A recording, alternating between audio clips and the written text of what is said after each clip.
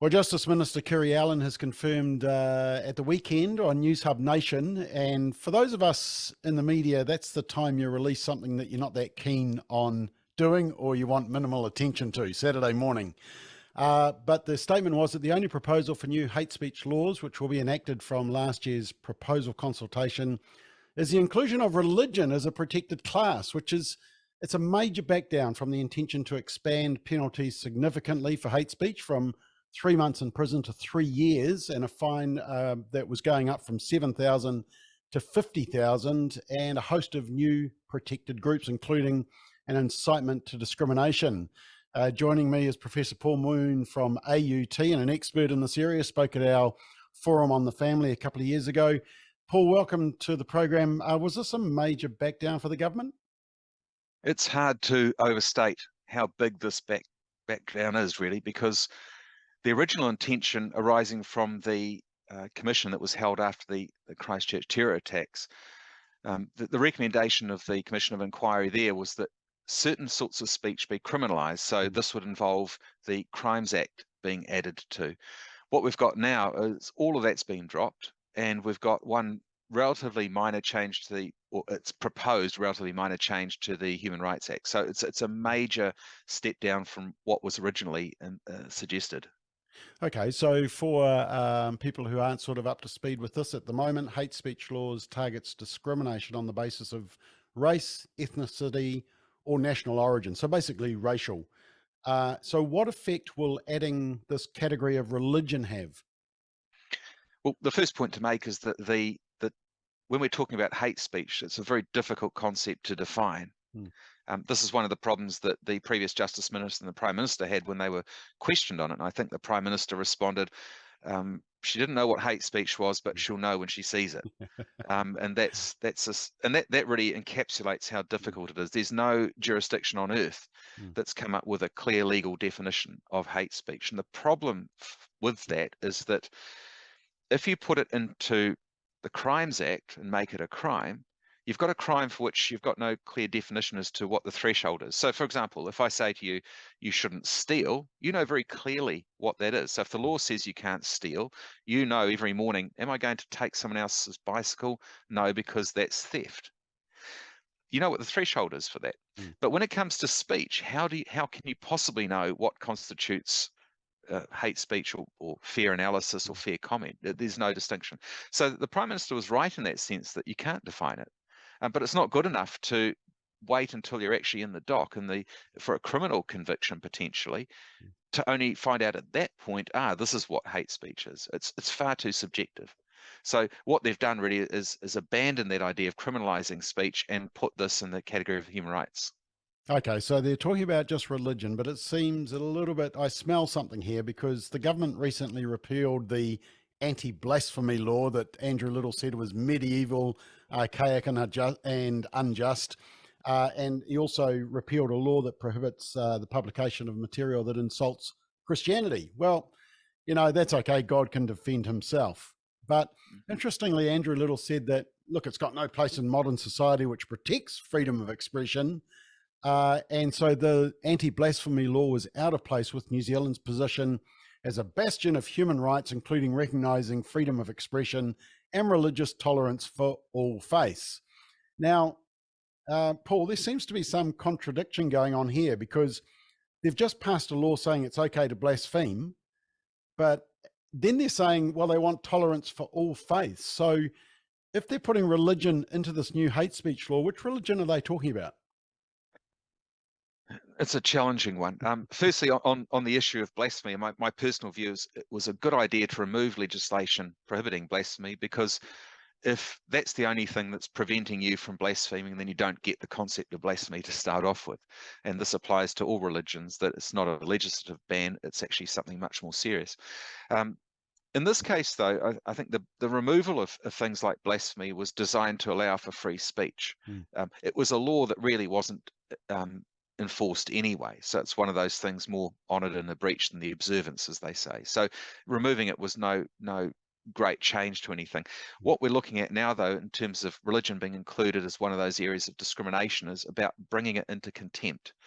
And this is where it gets interesting, because you ask the question, which religion? are we allowed to, or are we going to be prohibited from bringing any religions into contempt? And what's interesting is that this, remember, derives from the Royal Commission report. And that report referred to the religion of ethnic minorities, which required protection.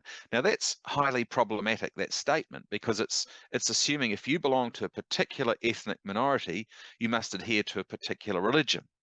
And that's a terrible racial stereotype, because the fact is that people from all sorts of ethnic groups adhere to all sorts of religions or none. And we've got to accept that diversity. But the idea that if you belong to this ethnic group, you must therefore belong to this religion, I think is highly generalizing, and that's putting it mildly. But they want to protect the religion of ethnic minorities. And that was the second problem with the Royal Commission's report, is why don't you protect all people's religions? Why only those of ethnic minorities? So there were problems with that as well. So what it looks like the government's done is said, we're going to have a blanket protection for all religions. How this plays out, though, is quite different. This is the key thing, that we can have these things written in statute, but their enactment is another matter altogether. And actually, even amongst Christianity, there's a huge diversity of ethnicities attending church on Sundays, and part of church families, isn't there? Huge growth. That's it, and that's why the Royal Commission's recommendations really wouldn't stack up. They'd be confronted with precisely that issue, that Christianity in New Zealand is extremely multicultural and extremely diverse. So it's a problem. Okay, so the most put out by the announcement at the weekend was LGBT groups, because they felt they needed special protection. And the Human Rights Commission said at the weekend, quote, "The Commission wanted these protections extended to other groups who are vulnerable to harmful speech, such as women," please define women, "disabled people, and the rainbow community," end quote. Although interestingly, they say such as, which means these are just examples. So, Paul, is this issue over, or is there more to come? Because you've got some strong lobby groups there. Well, I think what's happened is the government has decided, within 12 months of an election, the feedback they got from the initial hate speech proposals was so horrific that they've backtracked enormously. And in this case, I think what they're deciding is we're going to leave this. So they've referred these issues to the Law Commission to deal with. And that means several months or potentially years of deliberation, certainly after any election. So we're doing something, but we're going to do something that will take years to achieve. So I think this is really just a token change so that the government can say, well, look, we did do something. We made some moves when it comes to so-called hate speech, but substantively, there's next to no change whatsoever. Well, that's what I was going to ask you next, was have they acted pragmatically because they've listened to the electorate, or have they acted with principle? They genuinely believe in free speech. Maybe I'm a bit too cynical, but I think almost all governments operate on pragmatism. They have to, because that's the lifeblood for being a government rather than being an opposition. So you operate with maximum pragmatism. Free speech issues collide at certain points, and you have this challenge now of, can we tolerate views that are intolerant? That's Karl Popper's famous paradox. If we're going to be a tolerant society, does that mean tolerating views that are intolerant? And that's a very difficult dilemma for governments to work out. So it's better just to leave that to one side, which is effectively what they've done.